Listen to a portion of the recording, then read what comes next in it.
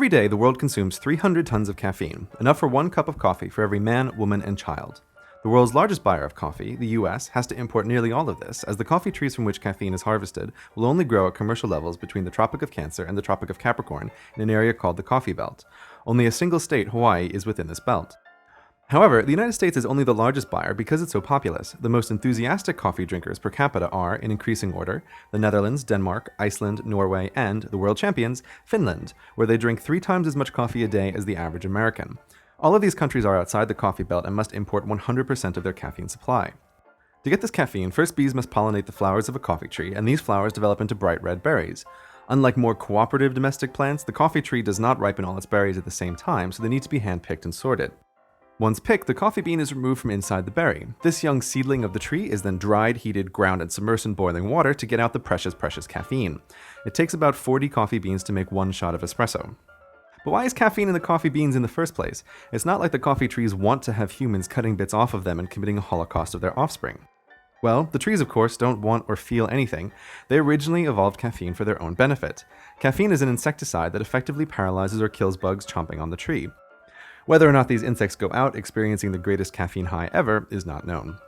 While caffeine is technically lethal, it's adapted for 1-gram bugs, not monkeys 100,000 times more massive, so you'd really have to try to win this Darwin Award. But, if you must, to calculate the dose of caffeine you'll need to ingest to have a 50% chance of death, take your mass in kilograms and multiply it by 150 milligrams. Or, in terms of coffee, for every kilogram of mass you have, you need to drink 1 latte to get a visit from the Grim Reaper. That's a lot of coffee, so it's not surprising that there are no recorded deaths in healthy adults from this method, and it's doubtful that it's even possible, because while you're busy getting coffee in, your body is busy getting it out by one way or another. The rare recorded deaths from caffeine are from diet pills, pep pills, and crazy people who eat the drug in its pure form. Poison though caffeine is, you do still develop an addiction to this stuff, and it's a real physiological addiction, not a wimpy psychological addiction like people claim for video games and the internet.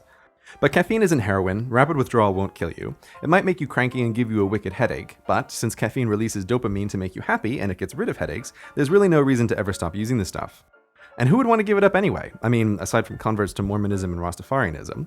Caffeine is the world's most used psychoactive drug, and with good reason. It's pure awesome. It increases concentration, decreases fatigue, and gives you better memory. And this isn't just a placebo, these are real effects replicable in a laboratory. And, contrary to popular belief, drinking coffee isn't a Faustian bargain where the devil gives you the ability to work faster, but in exchange makes your life shorter.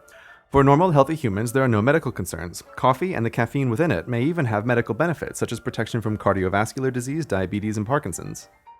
Caffeine can even get rid of migraines, but the amount required and the method of ingestion is uncomfortable. Moving right along. You know what else you can thank caffeine for? A little thing called the Enlightenment. In the 1600s, people drank more beer and gin than water.